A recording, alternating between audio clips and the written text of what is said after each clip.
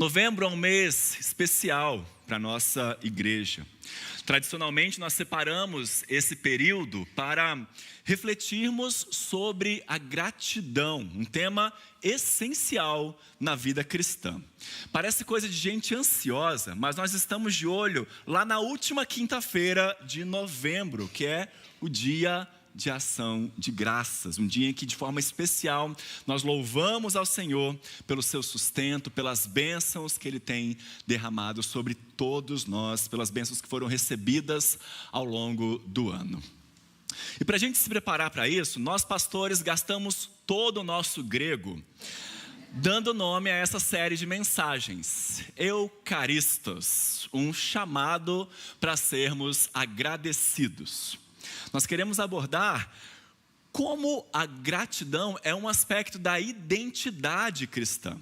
Nós vamos então nos aproveitar desse tema ao longo de todo o mês e a partir de hoje explorar juntos o que significa viver uma vida marcada pela gratidão conforme a palavra de Deus. E aqui eu quero enfatizar bastante isso para você. Nós vamos trabalhar a gratidão conforme a palavra de Deus. Porque quando nós falamos sobre gratidão, é muito fácil confundir as coisas. Quer ver só? Eu tenho certeza que você conhece alguma pessoa gratiluz. Já ouviu? Já viu aquela pessoa? Positividade sempre. Eu sou feliz e atraio coisas boas. Hashtag good vibes, hashtag gratidão. Que movimento é esse? Aquelas pessoas que defendem a prática de uma positividade extrema, né? Associando o pensamento positivo com a autoajuda. Para essas pessoas, a ideia de ser grato, de você manter uma atitude de luz, seja lá o que for, pode levar a uma vida melhor, promovendo posturas de felicidade constante, e inclusive uma imagem de bem-estar. Aliás, é por isso que essa postura é tão famosa nas redes sociais, porque promove uma imagem de bem-estar. A aparência é enfatizada aqui. Como uma resposta a essas pessoas tão gratiluz, recentemente voltou à moda um movimento lá dos tempos do apóstolo Paulo, que é o estoicismo. Isso porque as pessoas acabavam enxergando que essa positividade extrema o tempo todo, primeiro, ela pode ser até meio tóxica, né? Então precisa tomar um cuidado. Ela é exagerada e ela é inclusive irritante para alguns. Então, surgiu aí novamente os estoicos. Os estoicos defendem o quê? Que é importante que você reconheça que há momentos difíceis na vida. E enfrentar esses momentos difíceis, esses desafios, é fundamental para você crescer, para você adquirir resiliência e força nesses momentos. Então, para um estoico, você tem que ser grato pelas dificuldades que você enfrenta, pelas aflições, porque elas são uma oportunidade de crescimento, de desenvolvimento pessoal. Muito bonito, e pode até haver uma parcela de verdade nisso, mas nós temos um pequeno problema com o estoicismo. O estoicismo crê que as adversidades da vida são obra do destino, são obra do acaso, elas não podem ser controladas. Inclusive eles usam essa expressão, são obra da natureza incontrolável do universo. Ou seja, olha, as coisas ruins, elas acontecem mesmo, não tem o que a gente fazer, aceita que dói menos. Elas acontecem de forma aleatória, sem propósito, e não há o que fazer senão conviver com isso. Nem gratiluz e nem estoicismo. A gratidão cristã vem como uma alternativa de resposta a esses dois movimentos. E para a gente entender bem isso, eu quero ler com você hoje Colossenses capítulo 3, versículo 15. O texto está aqui na tela para você. Se você tiver uma Bíblia, é bom que você abra. Nós vamos tratar de toda a perícope, na verdade, com foco no versículo 15. E eu quero ler esse versículo junto com você. Vamos ler todos em voz alta. Seja a paz de Cristo o árbitro em vosso coração, a qual também fostes chamados em um só corpo, e sede agradecidos. Sede a paz de Cristo, o árbitro em vosso coração, a qual fostes chamados em um só corpo, e sede agradecidos. Quero pedir aos nossos irmãos do Data Show para manterem o versículo aqui na tela, por favor.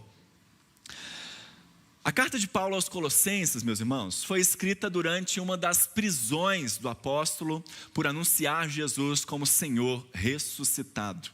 Ela foi dirigida a um grupo de pessoas que Paulo não conhecia. Paulo nunca havia visitado aquela comunidade. Essa igreja em Colossos, na verdade, tinha sido iniciada por um colaborador de Paulo, um tal de Epáfras, que era da cidade de Colossos. Epáfras, certa vez, visitou Paulo na prisão e deu a ele boas notícias sobre os colossenses, mas também mencionou alguns problemas que a igreja estava enfrentando, algumas pressões culturais que estavam se enfranhando dentro da igreja e pressionando os colossenses a se afastarem do verdadeiro e genuíno evangelho. E assim Paulo então escreve essa carta para encorajar os colossenses a abordarem essas questões mencionadas por Epáfras e também desafiando-os a uma devoção maior ao Senhor. Os primeiros leitores dessa carta, os cristãos de Colossos, estavam sendo confrontados por duas coisas. Primeiro, uma combinação de politeísmo místico, junto também com uma pressão para obedecerem às leis da Torá. Para ficar mais claro, todos aqueles novos cristãos que tinham acabado de se converter numa cidade politeísta, eles cresceram adorando ao panteão dos deuses gregos e romanos também. E segundo, para esse panteão, né, de deuses gregos, cada deus governava um aspecto da vida. Hermes era o deus do dinheiro, Afrodite, a deusa do sexo, Apolo, o deus da música e daí por diante.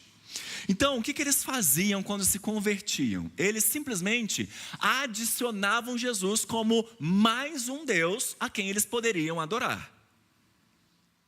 Por outro lado, houve também uma grande pressão da comunidade cristã de origem judaica para que essas pessoas, esses não-judeus, demonstrassem a sua fidelidade, demonstrassem o seu compromisso com Jesus, fazendo o quê?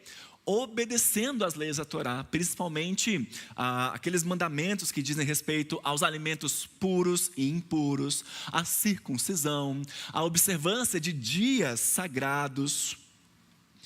Então, o que Paulo vai ensinar aos colossenses?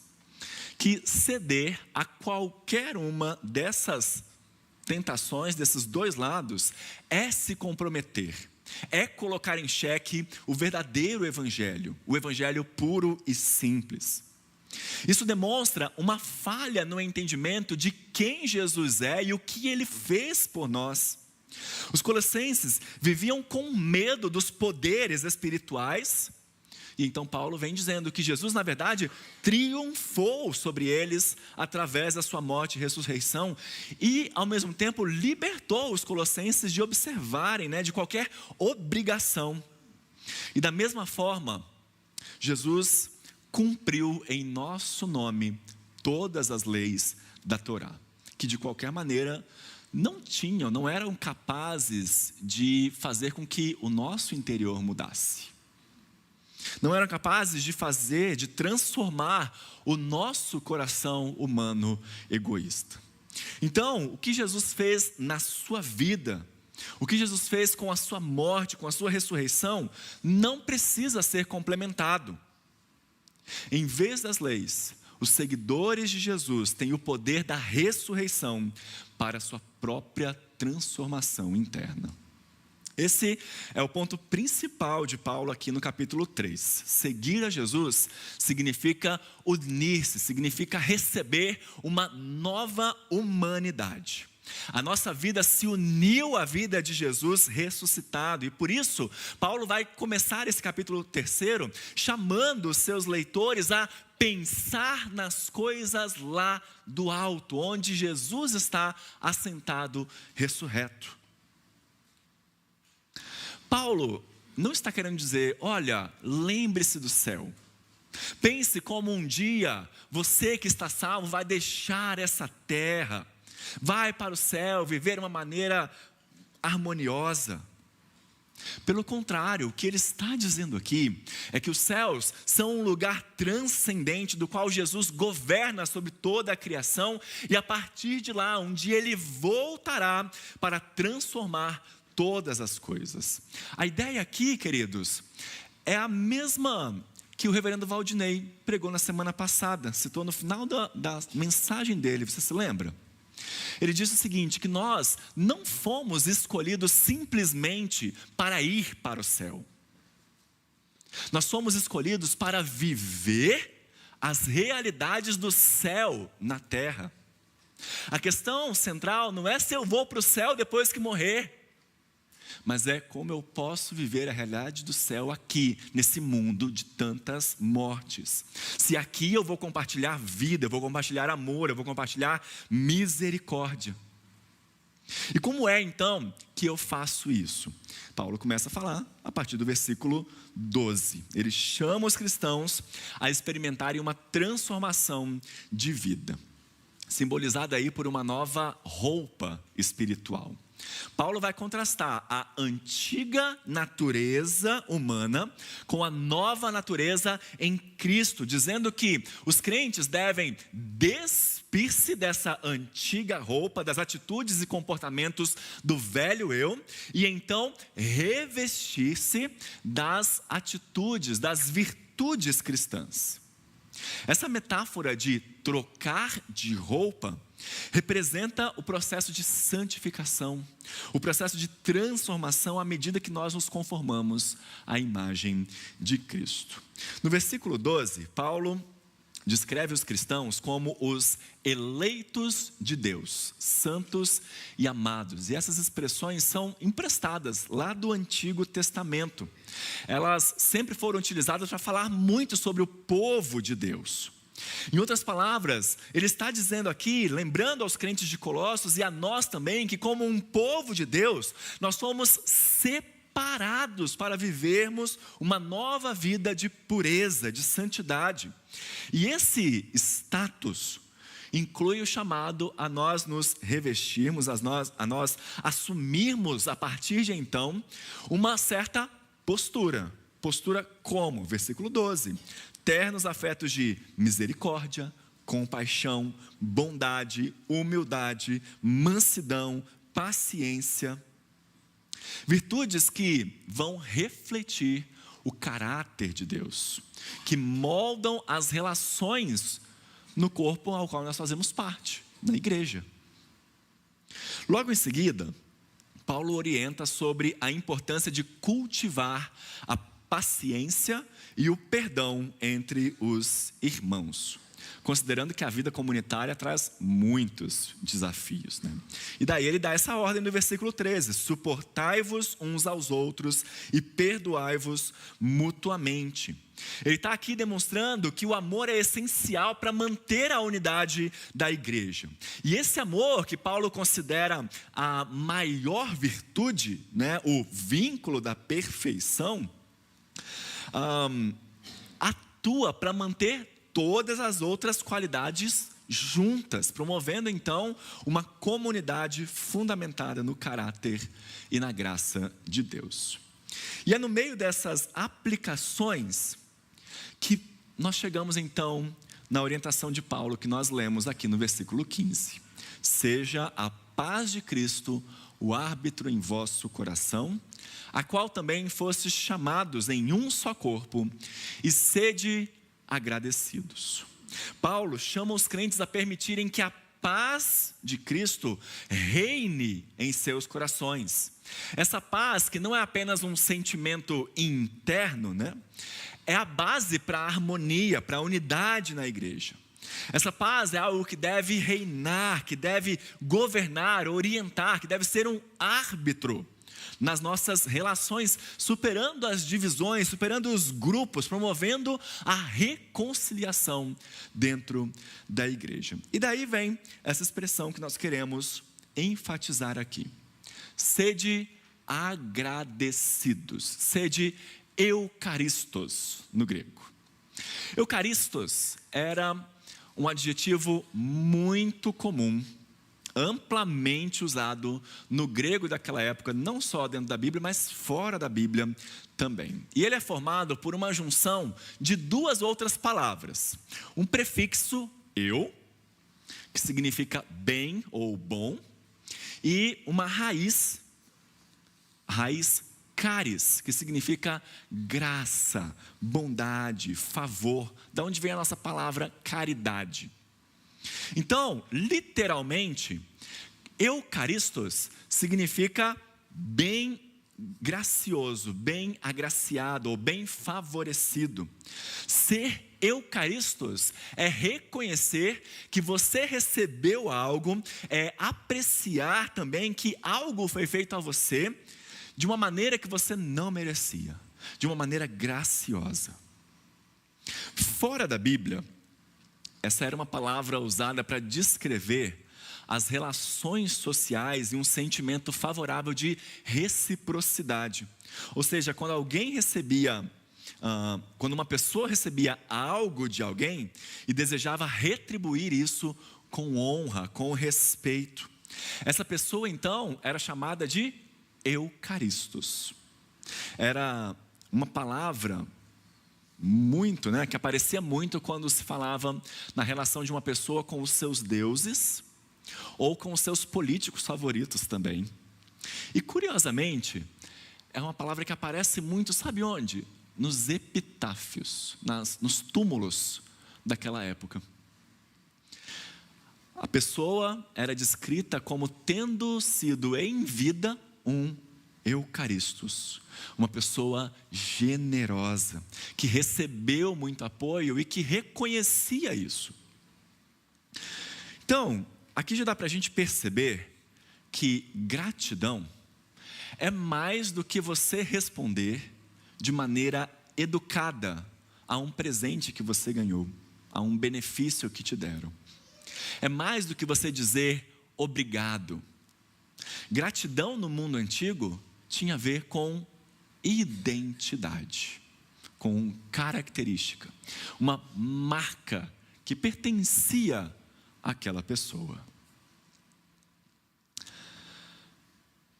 Outra coisa bem curiosa é que, embora o Antigo Testamento fale muito sobre gratidão, sobre reconhecer aquilo que vem de Deus, a palavra eucaristos só aparece uma vez na tradução grega do Antigo Testamento, que é em Provérbios 11:16.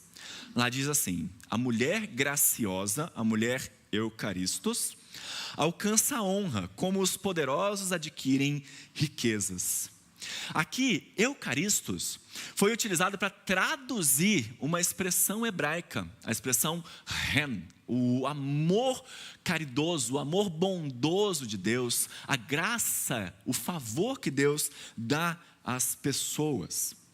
Para o provérbio, então, a pessoa que reconhece a graça de Deus sobre si e expressa isso numa atitude de gratidão, adquire honra para si. Honra também é uma palavra que no hebraico é kabod, é glória. A pessoa grata é uma pessoa que é reconhecida como digna, a quem as pessoas devem honrar, a quem as pessoas devem reconhecer. Então vejam, mais uma vez, indicando que esse adjetivo faz parte da identidade de uma pessoa. Nesse sentido, eu repito, dizer obrigado quando alguém faz alguma coisa boa a você, não é necessariamente uma atitude de gratidão. Com certeza, dizer obrigado é de bom tom, é indicativo de que você é uma pessoa educada, de que você reconhece aquele favor de alguma forma, mas não necessariamente que você é grato. Porque ser agradecido é uma característica que faz parte da sua identidade, que você demonstra não uma, não duas, não três vezes, mas sempre. Você carrega isso com você. Para eu fechar o uso dessa palavra no Antigo Testamento, eu quero notar algo muito interessante com você. Interessante para mim, né? Aqui a questão dos nerds, tá? A expressão aqui, mulher graciosa, em hebraico é mulher de ren, mulher de graça, mulher de amor, mulher de misericórdia. E se você já leu o livro de Provérbios, o livro de Provérbios vai contrastar duas mulheres, a mulher sabedoria e a mulher insensatez. E sempre que nós temos um elogio a uma mulher no livro de Provérbios, ele está descrevendo a mulher sabedoria. Então, se nesse versículo ele está descrevendo a sabedoria, e essa descrição foi traduzida para o grego como eucaristos, nós também podemos afirmar que, biblicamente falando, a pessoa agradecida é uma pessoa sábia diante de Deus. É uma pessoa que adquiriu sabedoria a partir do temor a Deus. Uma das maneiras de você adquirir essa sabedoria diante de Deus é sendo grato, tornando isso parte da sua identidade, sendo eucaristos. Vejam, isso que eu falei não é algo novo. Paulo percebeu isso. No texto que nós lemos no início do culto, Efésios capítulo 5, você se lembra o que ele escreve? Ele diz: vede como vocês estão andando, não como nécios, não como insensatos, mas como sábios. De que forma? Dando sempre graças a Deus. Sabedoria ligada à gratidão. Mas vamos voltar então para o nosso texto. Sede agradecidos. Notem que Paulo faz essa orientação logo depois de falar sobre a paz de Cristo, o nosso chamado para vivermos e para sermos um só corpo. Paulo está aqui chamando não só cada um de nós para individualmente cultivarmos um espírito de gratidão, mas também coletivamente. Desde o início da carta aos Colossenses, ele estava aqui escrevendo um lembrete contínuo de tudo que Deus fez, como Deus criou todas as coisas, como Deus colocou os seres humanos neste mundo, nesse universo maravilhoso, como Deus deu o seu Filho como um presente para prover a salvação através da cruz, como Ele derrotou os poderes cósmicos, como Ele derramou bênçãos sobre o seu povo. E então Paulo diz, olha, a comunidade de Cristo deve responder a todas essas coisas com ações de graças. Mas não só ações de graças. A ideia paulina de gratidão se diferencia porque ela transcende as relações terrenas. Você não está simplesmente sendo grato a uma pessoa que fez algo para você. Você não está simplesmente sendo grato ao universo, mas você está sendo grato ao Criador de todas as coisas, ao seu Deus, seu Senhor que te salvou. Ela reflete então uma disposição espiritual. Este é um convite para nós sermos um povo agradecido que sabe o que é ser chamado das trevas para a luz de um novo relacionamento com Deus e para o domínio de Cristo no seu corpo, a igreja. E nesse sentido, meus queridos, a gratidão cristã, então, vai se destacar em relação aos gratiluz e a gratidão estoica também, porque ela vai oferecer uma visão mais integrada, mais fundamentada em uma relação com Deus, em algo sólido. Enquanto o gratiluz enfatiza uma positividade constante, que muitas vezes beira a negação, dos sentimentos difíceis, a gratidão cristã reconhece que a vida inclui tantos momentos bons quanto difíceis, e que ambos têm valor. Na perspectiva cristã, a gratidão não é simplesmente uma emoção positiva que a gente expressa, mas uma resposta à graça de Deus que permite que nós enfrentemos as adversidades com esperança e com resiliência genuínas.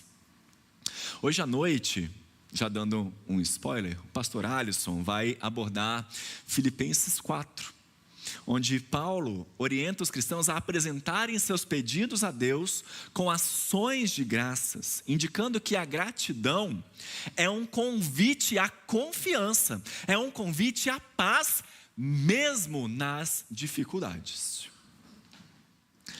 Além disso, diferentemente da gratidão estoica, que ensina que nós devemos simplesmente aceitar as adversidades como parte do destino e da natureza incontrolável do universo, a gratidão cristã se baseia na confiança de que Deus está pessoalmente envolvido nos detalhes da vida de cada um dos seus filhos. E que Ele age com amor, Ele age com propósito em cada situação. Enquanto os estoicos buscam manter a serenidade ao aceitar o que está além do seu controle, o cristão encontra paz ao confiar que mesmo nas provações, Deus está no controle e Deus age para o bem daqueles que o amam. Resumindo então, meus irmãos, a gratidão cristã responde tanto ao gratiluz quanto ao movimento estoico, ao oferecer uma postura de gratidão que é realista, que é profundamente relacional. Nós não negamos as dores da vida, mas nós as colocamos numa perspectiva onde o sofrimento pode coexistir com a esperança e com a confiança.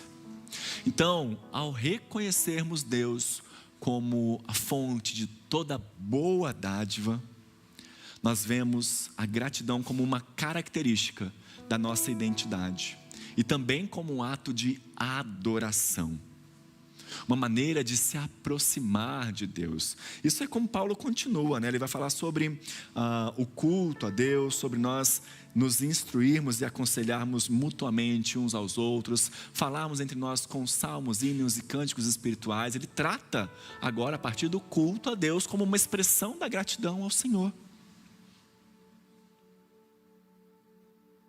A gratidão é um ato de adoração. É uma maneira de nós nos aproximarmos de Deus confiando que Ele é fiel para sustentar, consolar e transformar, independentemente das circunstâncias. Para encerrarmos, você se lembra que eu disse que nós cristãos somos chamados a vestir as virtudes que imitam o nosso Mestre Jesus? E segundo, que esse chamado é diretamente relacionado com a nova posição dos crentes em Cristo, em um só corpo, a igreja. Pois bem, você já deve ter percebido que eucaristos é uma palavra muito parecida com Eucaristia, o sacramento da ceia do Senhor. Desde os primeiros séculos da era cristã, nós entendemos a ceia não só como um momento de arrependimento e de perdão de pecados, mas sobretudo de uma profunda gratidão pela nossa salvação e pela nossa permanência no corpo de Cristo. O sacramento da ceia do Senhor recebe esse nome, a Eucaristia, justamente porque foi o que Jesus fez. Naquela noite, antes de ser traído, ele deu graças.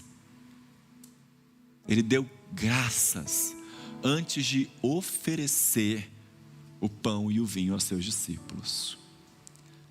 Antes da sua entrega, Jesus tomou os elementos da ceia e os abençoou, expressando a mesma gratidão que nos convoca hoje. Celebrar a ceia do Senhor é também uma lembrança viva do agradecimento a Deus que permeia o relacionamento do Pai e do Filho e que nós somos chamados a compartilhar. Quando então nos reunimos ao redor dessa mesa, quando nos aproximamos da ceia, somos convidados a recordar que Jesus, aliás, a recordar que assim como Jesus deu graças antes do seu sacrifício, nós também podemos encontrar motivos para agradecer mesmo nas dificuldades e sacrifícios da nossa própria caminhada cristã. O pão e o cálice, símbolos do corpo e do sangue de Cristo, nos lembram que por meio da sua morte e ressurreição, nós recebemos vida nova, nós recebemos reconciliação com Deus. Por isso, irmãos, a gratidão neste momento também não é apenas um sentimento. Ela é uma resposta. Uma resposta a essa verdade transformadora. Ao comermos e bebermos em memória de Cristo, nós reafirmamos a esperança e o amor que Ele nos concedeu. Assim, nós somos então todos convidados a celebrar com gratidão. Agradecer por essa comunhão que nós temos com Deus e entre nós. Reconhecendo que, assim como a salvação nos alcança pessoalmente, ela também nos une no corpo de Cristo. Que todos nós, participantes da ceia do Senhor nessa manhã, possamos ser renovados pela Eucaristia, por esse ato de agradecer, nos lembrando sempre da graça que nós recebemos e do chamado a vivermos essa vida contínua de gratidão.